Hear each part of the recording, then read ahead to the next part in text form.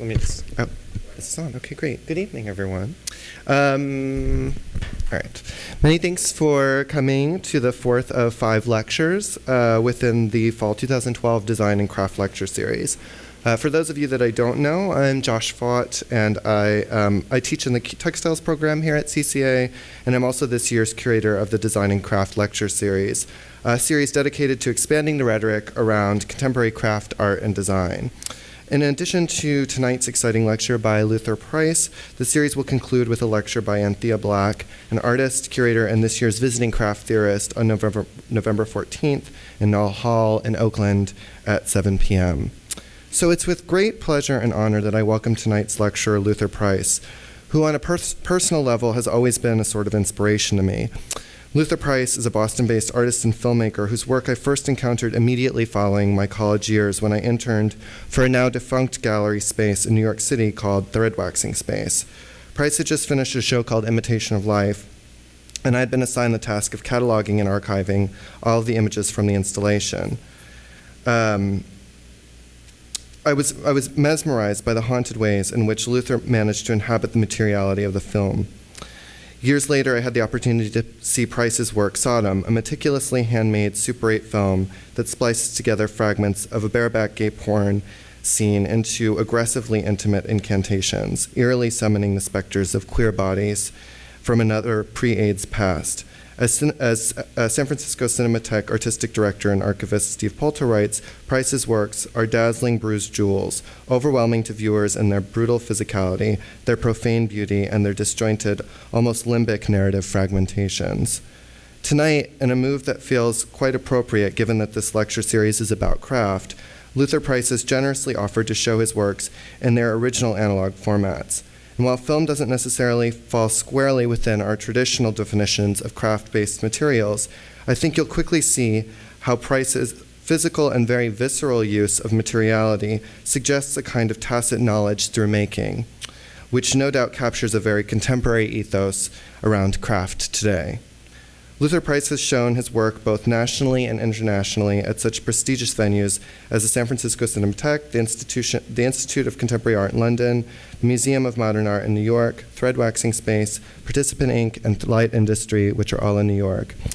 Price's work was also in the 2012 Whitney Biennial, and in the 2012-2013 exhibition, Second Nature, Abstract Photography, then and now at the DeCordova Sculpture Park and Museum in Lincoln, Massachusetts. Price is also a faculty member at the Massachusetts College of Art and Design, where he received a degree in sculpture and media performing arts. I'd also like to take this opportunity to thank Steve Polta from the San Francisco Cinematheque, who's been gracious enough to co-sponsor Luther Price's visit and offer his expertise in the projection tonight. In addition to tonight's program, Steve Polta has also organized the second night of Luther Price screenings at Artist Television Access at 992 Valencia Street, which is entitled Bruised Jewels, which will be held at 7:30 tomorrow night.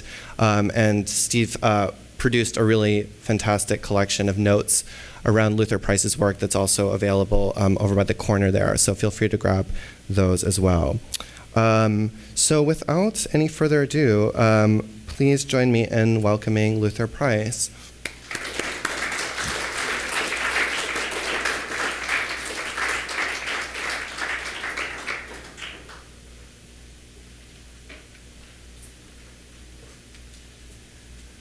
Thanks, Josh. And again, thanks, Steve, for lending his equipment for tonight and co-sponsoring tonight's event. I'm not going to say much. Thanks for the nice introduction. You covered a lot, so I really don't have to recover that, so that's really nice. But we don't, many times I sort of follow up with the same way I work in film by taking a look at tonight's films that I had in the 2 separate boxes, and I decided to sort of rethink tonight's program and sort of organize it in a way that I think might have a good flow to it. The program tonight is going to be hopefully about 44 minutes, so I don't want to eat up too much time, and we're starting pretty much at the time that we should. So just to let you know, all these films are originals, And for the past decade, I've been making 16 millimeter films. Before that, I exclusively worked in Super 8. So this has been a sort of an ongoing body of work that's coming to, I think, a conclusion at this point. I just can feel it. And for the past year, I focused on static images, making small, tiny collages in glass slides, which will include as a sort of element in the screening. Not to break it up, but I think to sort of glue it together and sort of have a cohesive connection between what's happening in the films and the slides, and also maybe a direction of something a little bit more object-oriented that might find its way into the films, I've sort of, I know my limit when I'm making films, because I know that if you go to a certain point, you can almost make a Frankenstein monster.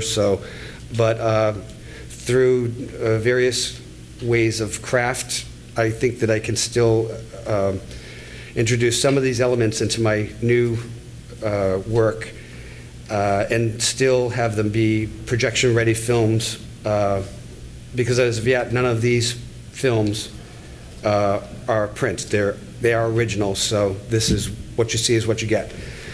So I just wanted to quickly go over, I don't have any titles on my films, but I just wanted to just run down some titles here.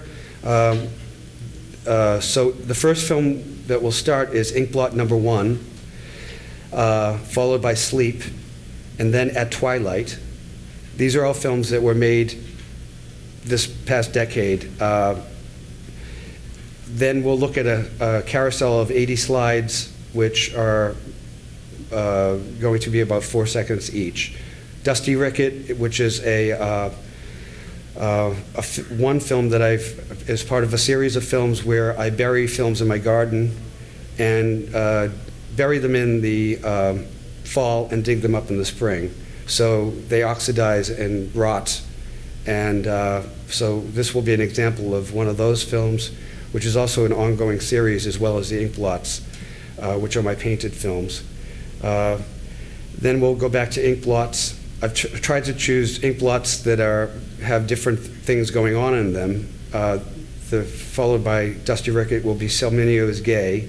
And one of the earlier 16 millimeter films, which is a ribbon series, where I cut the film up like in strips and use double stick tape to sort of like refrigerator magnets, if you can imagine how refrigerator magnets can just change on the refrigerator. So I'm kind of working that way on film. So that's a whole nother series where that will go on, and who knows where that'll take me. So that'll be the final film of the night, and we'll just get started right away, and thank you very much. And after, I will be back to say a few words and maybe have a little Q&A if you are interested in that. So thanks a lot.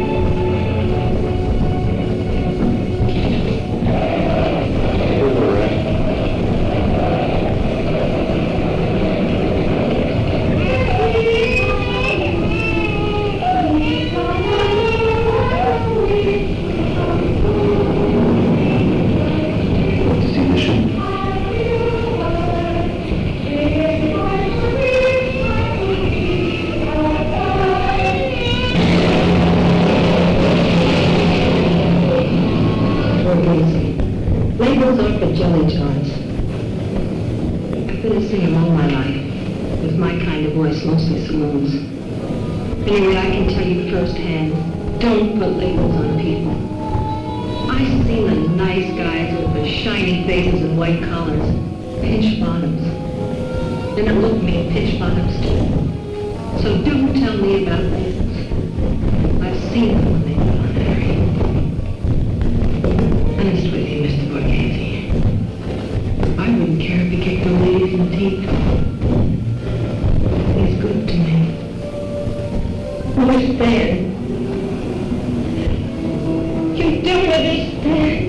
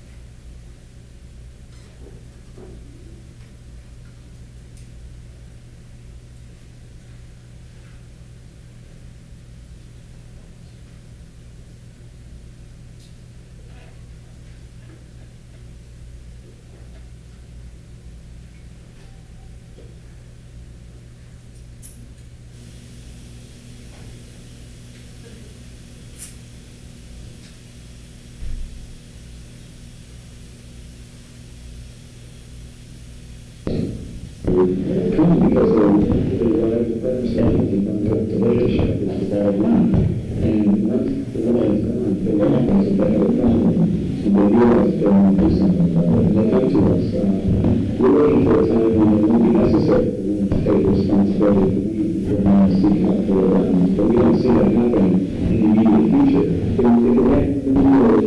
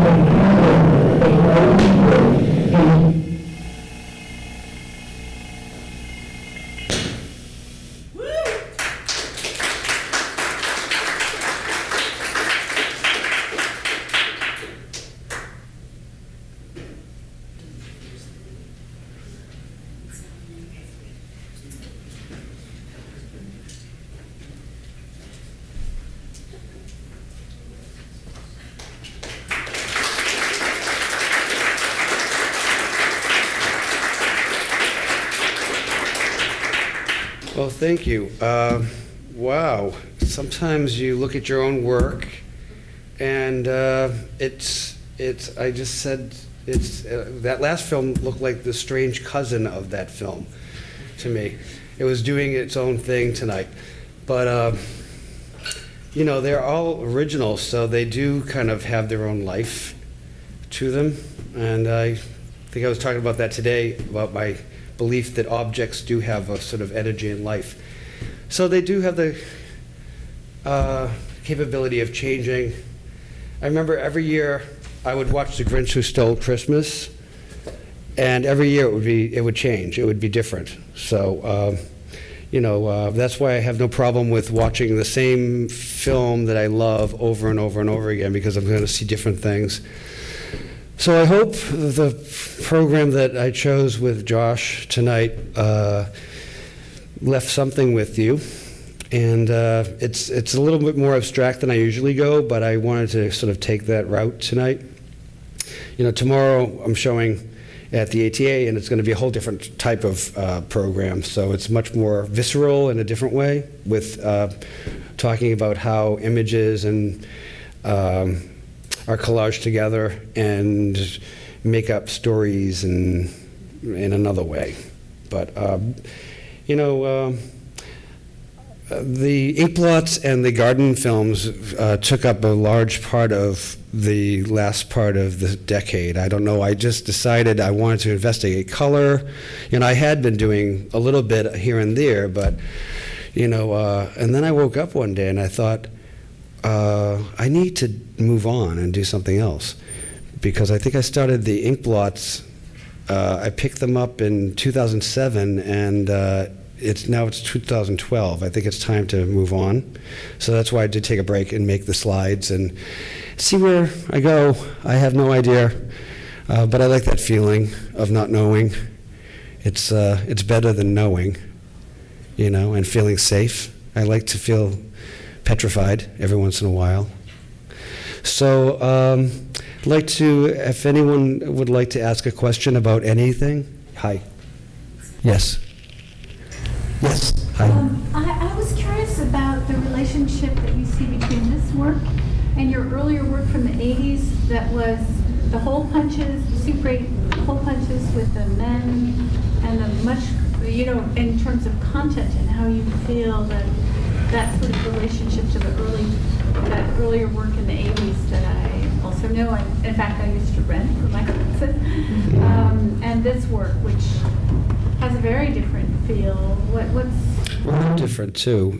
Sodom was made I started it in 1988 and completed it in 1989. And I actually changed my name to Luther Price because I couldn't make the film under the previous name. He was much too innocent to make films like Sodom. So Tom Rhodes, he made films about birthday cakes and mothers. And Sodom, Luther was thinking about other things. So he had a different cake in mind. No,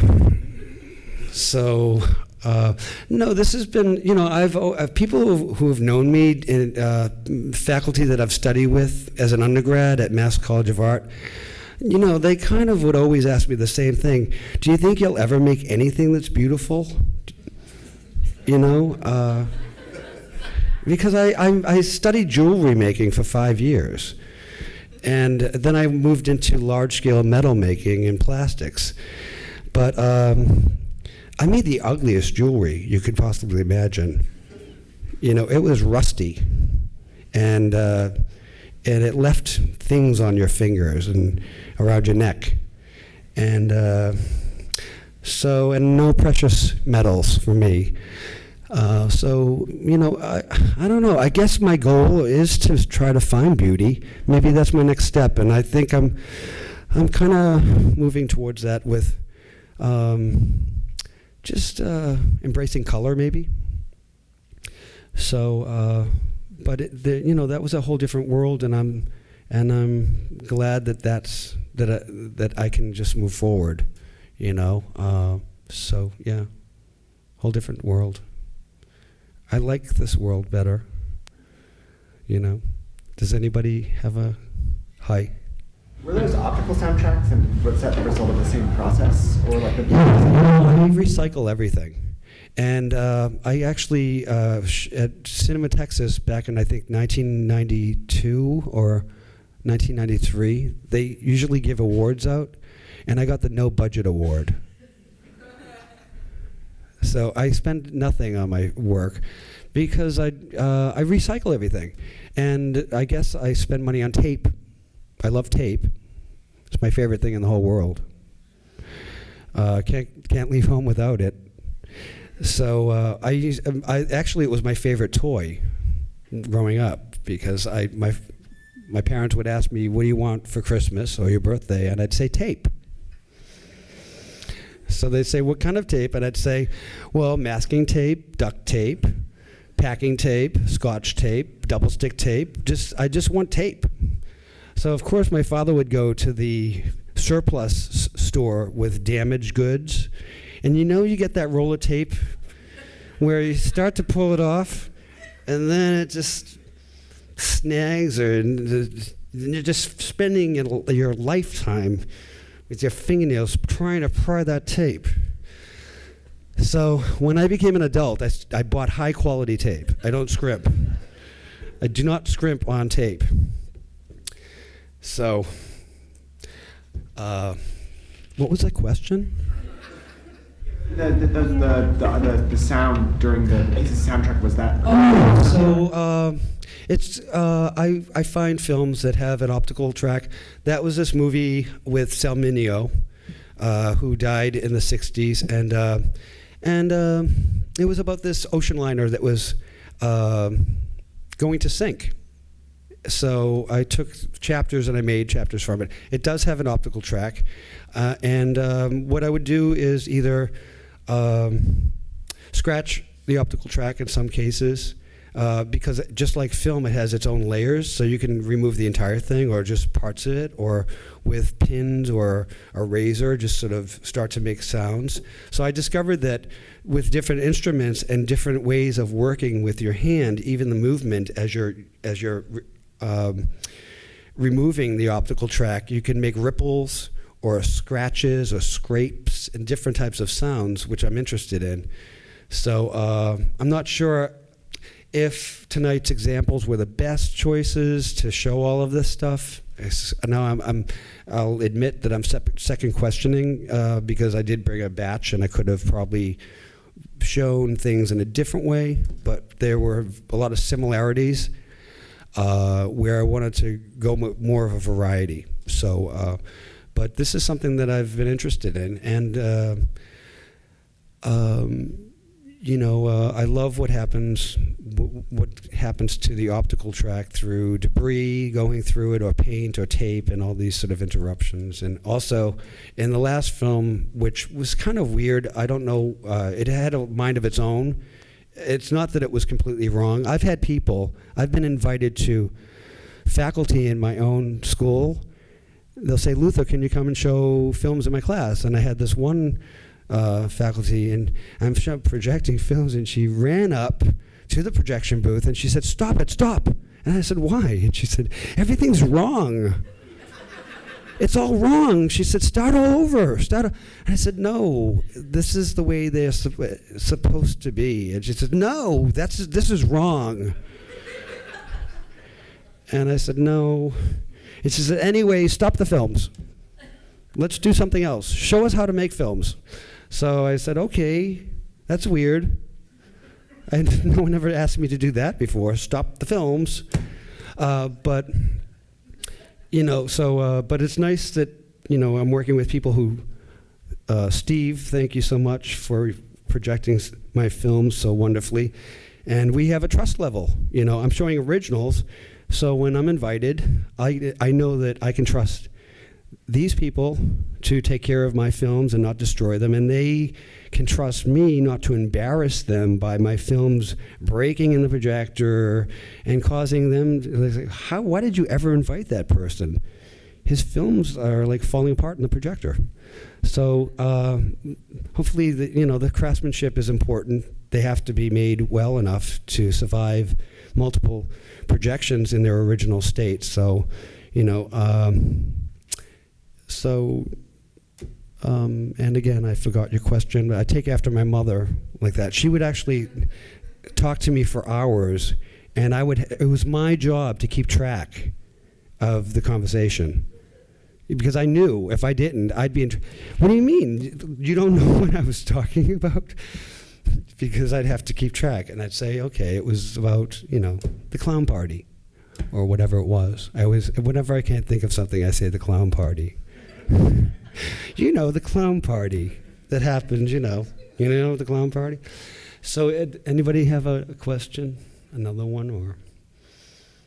I know, yes. Well, I was just wondering if you could, recently I saw your work at the Biennial, and it was a really different experience because it wasn't the first time I'd ever seen your work as a kind of object that was being kind of projected on a loop. And I think that there were kind of examples of that in Calicut as well, where things were much more objectified than they had been in the past where it's like, we're in a darkened room, kind of subjected to the film and watching it kind of change and mutate right before our eyes. Did you feel like that represented a kind of real shift to you to kind of show more objects recently, or is this, had you been... With the slide work? Yeah, the slide work specifically. Yeah, I guess the slide work specifically in the way that it operated within like the museum, which was different than like, the screening. Well,